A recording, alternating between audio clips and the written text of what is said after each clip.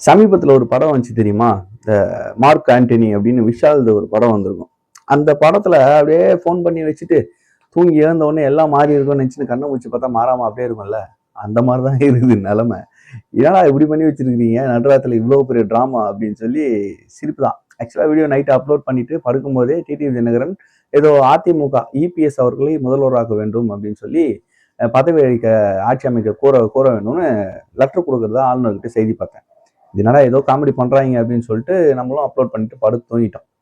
காலையில எழுந்து பார்க்குறோம், அக்கச்சக்க மெசேஜ், எக்கச்சக்க ஃபோன்ஸு, கமெண்ட்ஸு எல்லாம் போட்டு வச்சிருக்காங்க. என்ன இப்ப நடக்குது அப்படின்ட்டு உள்ள போய் பார்த்தா, பச்சை டிராமா.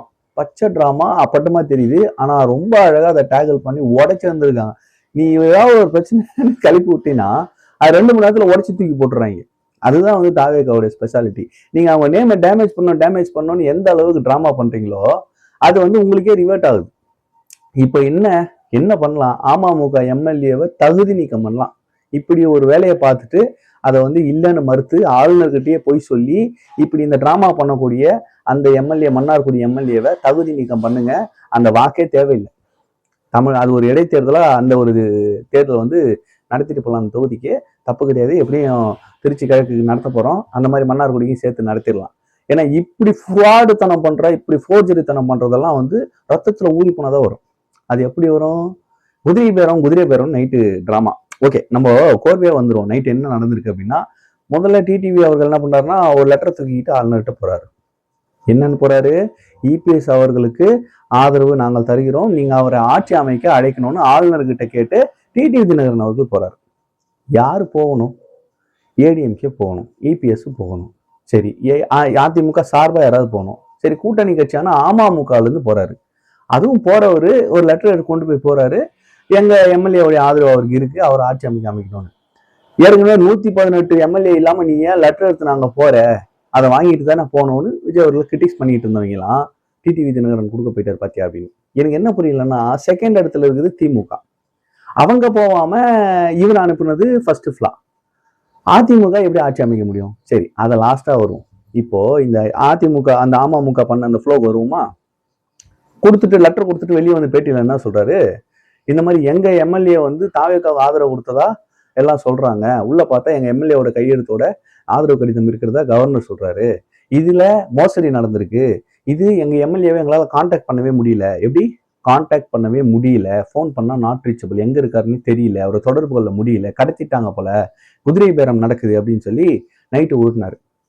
கொஞ்ச நேரத்துல என்ன ஆயிடுச்சுன்னா, ஆளுநர் மாளிகையிலேருந்து எனக்கு ஃபோன் வந்தது. உடனே நான் அட்வொகேட் கிட்ட பேசிட்டு அட்வொகேட்டை கூட்டிக்கிட்டு நேரா நான் ஆளுநர் மாளிகை வந்து அண்ணன் டிடிவி அவர்களுக்கு ஃபோன் பண்ணி அவரோட நான் சேர்ந்து போய் இப்போ ஆளுநரை பார்த்துட்டு வந்திருக்கேன் அப்படின்னு யாரு? அந்த மன்னார்குடி எம்எல்ஏ காமராஜ் சொல்றாரு. முதல்ல என்ன சொன்னாரு? குதிரை பேரம் நடந்திருக்கு, இவரை வந்து கடத்திட்டு போயிட்டாங்க, அவரை தொடர்பு கொள்ள முயற்சி பண்ண தொடர்பு கொள்ள முடியல அப்படின்னாரு டிடிவி தினகரன். அதாவது தன்னுடைய கட்சி தலைவர் தொடர்பு கொள்ள முடியாத ஒரு நபரை ஆளுநர் மாளிகையிலிருந்து தொடர்பு கொண்டுட்டாங்களாம். கேட்டா என்கிட்ட வேற போன் இருந்தது, அந்த நம்பர்ல கூப்பிட்டாங்க. என்கிட்ட அந்த போன் இல்லை, அந்த போன் தொலைஞ்சிருச்சு, அந்த போனை வந்து சுவிச் ஆஃப் பண்ணி தூக்கி போட்டேன். என்னென்னவோ உருட்டுறாங்க. வரும்போதே ஸ்கிரிப்டை கரெக்டா சொல்லி ப்ராக்டிஸ் பண்ணி ரிகர்சல் எல்லாம் பண்ணிட்டு வந்தா பரவாயில்ல. இங்க வந்து இது வேற அவர் நடிகன்றாங்க, இவங்க எல்லாம் நடிச்சுக்கிட்டு இருக்காங்க. சரி, ஓகே, இது 2வது ஃபிளா. அப்படியே அடுத்து என்ன ஆயிப்போச்சு? அதே பேட்டி கொடுத்துக்கிட்டு இருக்கும்போது யாராவது தாவே கலந்து உங்ககிட்ட பேசினாங்களா, ஏதாவது பண்ணாங்களா அப்படின்னா, யாருமே என்ன தொடர்பு கொள்ள, யாருமே என்கிட்ட பேசலன்ட்டாரு அவர் காமராஜ். உடனே டிடி திரும்ப மூஞ்சி பார்க்கணுமா, ஐயோ இவன் வேற ஸ்கிரிப்டை மாற்றி படிக்கிறானே அப்படின்ற மாதிரி.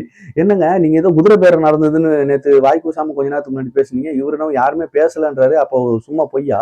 இல்ல அது அப்படி இல்லை, இவருடைய கையெழுத்தை ஃபோர்ஜரியாக போட்டு பண்ணியிருக்காங்கன்னா எவ்வளவு தைரியம் இருக்கணும், இவர் தான் தீய சக்தியா, இவர் தான் தூய சக்தியா அப்படி இப்படின்லாம் வந்து பழைய பஞ்சு டைலாக், டிஎம்கேவோட டைலாக்ஸ் எல்லாம் தூக்கி இவர் வந்துட்டாரு.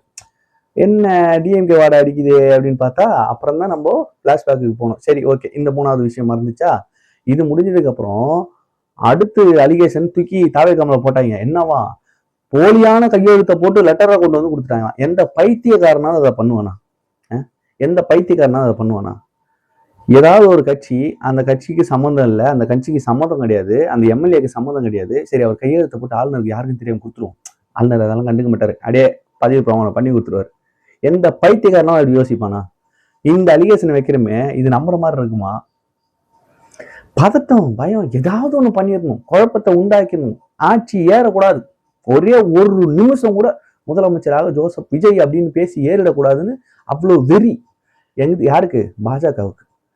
பாஜகவுக்கு வெறினா ஏங்க அதிமுகவும் திமுகவும் பதறதுன்னா லிங்கு. இதை தான் சொன்னார் அண்ணன். எல்லாம் லிங்கு, மொத்த பேரும் சேர்ந்து ஒருத்தனை எதிர்க்காங்களே, அப்பயே உங்களுக்கு தெரிய வேணாவான்னு. காங்கிரஸோட கூட்டணி சேர்ந்து ஆட்சியில தாவேக்கா ஏறிடக்கூடாது. காங்கிரஸோட கூட்டணி சேர்ந்து ஆட்சியில தாவேக்கா ஏறிடக்கூடாது. என்ன வேணாலும் பண்ணும். திமுகவா? நான் காலில் ஊறேன், நீ என் காலில் ஊழு, எல்லாரும் மாற்றி மாற்றி காலில் ஊந்துக்குவோம், எதை வேணாலும் பண்ணிக்குவோம், ஆனால் ஆட்சியில விட்டுறக்கூடாது. சேர்ந்துங்க, எல்லாம் ஒன்றா சேர்ந்துங்க, எல்லாம் ஒன்றா சேர்ந்துங்கன்னு கூப்பிடுறது.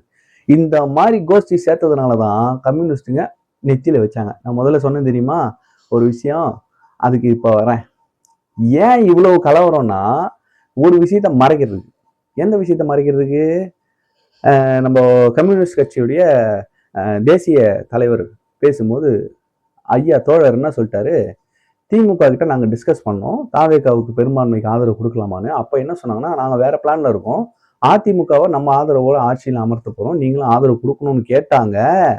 அதை கேட்டதுனால தான் நாங்கள் வந்து அங்கேருந்து வெளியேறிட்டோம். இது என்னவோ வேற மாதிரி போகிறாயப்பா, நம்ம எதுக்கு இந்த இதில் பங்கெடுக்கணும், நமக்கு வேணாம் இந்த இந்த பொழப்பு அப்படின்னு சொல்லி கம்யூனிஸ்டுகள் வெளியே வந்ததா ஓப்பனாக போட்டு உடச்சிட்டாரு. அதை எவனும் பேசிடக்கூடாது, இவங்க இமேஜ் டேமேஜ் ஆகிடக்கூடாதுன்னு இங்கே வேற இமேஜ் டேமேஜ் பண்ணுறதுக்கு வந்துட்டாங்க. இந்த கதையெல்லாம் எடுபடாது ராசா. இந்த கதையெல்லாம் 100 வருஷம் முன்னாடி நீங்க சொல்லியிருந்தா கூட நம்பியிருப்பாங்க. இப்போ அதுவும் யார் மேல? தாவேக தலைவர் மேல. இவங்களுக்கு ஒன்றும் புரியல. நம்ம வைக்கிற இந்த பேரம், இந்த குதிரை பேரம்லாம் பேசுறாங்கல்ல, இந்த குதிரை பேரம்னா என்னன்றத 2017 கொஞ்சம் ரீவைன் பண்ணி நம்ம பார்த்தோம்னு வச்சுங்களேன். கூவத்தூர்ல கூத்தடிச்சாங்க தெரியுமா? கூத்து. இந்த கூவத்தூருக்கு மாமா வேலை பார்த்த நம்ம கருணாஸ் அண்ணன் இருக்காருல்ல, அவரை கேட்டீங்கன்னா ரொம்ப தெளிவா சொல்லுவார். அது மட்டும் இல்ல, எடப்பாடி பழனிசாமி முதல்வர் ஆகுறதுக்கு எம்எல்ஏக்களுக்கு, சொந்த கட்சி எம்எல்ஏக்களுக்கு 3 கோடி கொடுத்ததா எல்லா இன்டர்வியூஸ்லும் நிறைய பேர் பேசியிருக்காங்க. நீங்க மறுத்திருக்கீங்களா? 3 கோடி ரூபாய் வரைக்கும் கொடுக்குறவங்க சிஎம்னு அண்ணனும் சின்ன அம்மாவும் பேசி யார் கொடுப்பீங்கன்னு கேட்டா எடப்பாடி பழனிசாமி இல்லைனையா அப்படின்னு சொல்லி குடுக்குடுன்னு வந்து நான் கொடுக்குறேன் அப்படின்னு சொல்லி பிடபிள்யூடியிலேருந்து டப்பான்னு கான்ட்ராக்டர்ஸ் எல்லாம் ரெடி பண்ணி ஒரு எம்எல்ஏக்கு 3 கோடி ரூபா கொடுத்து, எத்தனை எம்எல்ஏக்களுக்கு? 120 எம்எல்ஏக்களுக்கு 120 × 3 போட்டுக்குங்க. அவ்வளவு கோடிகளையும் கொடுத்து அந்த பதவியில வந்து உக்காந்துட்டு இன்னைக்கு குதிரை பேரத்தை பத்தி யார் பேசுறது? அண்ணன் டிடிவி தினகரன். இப்படி பேசலாமாண்ணே? அப்புறம் பொங்கல் அண்ணன் பொங்கலை பார்த்தா புதுசா பாக்குறவங்களுக்குலாம் இதாண்டா உண்மையான பொங்கல் பொழுது அப்படின்னு சொல்லி பொங்கிருப்பாங்க. இங்க என்ன நடந்துகிட்டு இருக்கு? நைட்டு நடுராத்திரியில ஆரம்பிச்ச நாடகத்தை 2 மணி நேரத்துல முடிச்சு வச்சுட்டாங்க தாவேகா. 1 மணி நேரம் தான் எடுத்து செஞ்சிருக்காங்க. காமராஜர் அவர்கள் சைன் பண்ற வீடியோ இருக்குது. காலையில ஒருத்தன் மூஞ்சி முடின்னு காருக்குள்ள போனானே, அவன் யாரான்னு இன்னும் தேடிக்கிட்டு இருக்காங்க. இப்ப என்னடானாக்கா சுத்தி இந்த ஒரு டிராமா நடந்துகிட்டு இருக்கு. புரியல. இங்க யாரு பேரம், எதை மறைக்கிறதுக்கு எதை பண்றாங்க அப்படின்றது நம்ம தான் புரிஞ்சுக்கணும் மக்களே. ஸோ இந்த மாதிரி அவதூறுகள்லாம் தூக்கி தூர போடுங்க. நம்ம எம்எல்ஏக்கள் கிட்ட பேசினேன், எல்லாம் கடுப்புல இருக்காங்க. யோ அட போயா, ஒரு நிம்மதியா ஒரு நாள் தூங்க விட மாட்டேங்கிறாங்க. இவங்க பண்ற டிராமாவெல்லாம் பார்த்தா வெறுப்பாகுது, மக்களுக்கு என்ன ஆகுமோ தெரியல அப்படின்ற மாதிரி. அவங்க ரொம்ப ஜாலியாக ரொம்ப கேஷுவலாக தான் இருக்காங்க, அதெல்லாம் ஒன்றும் பிரச்சனை இல்லை.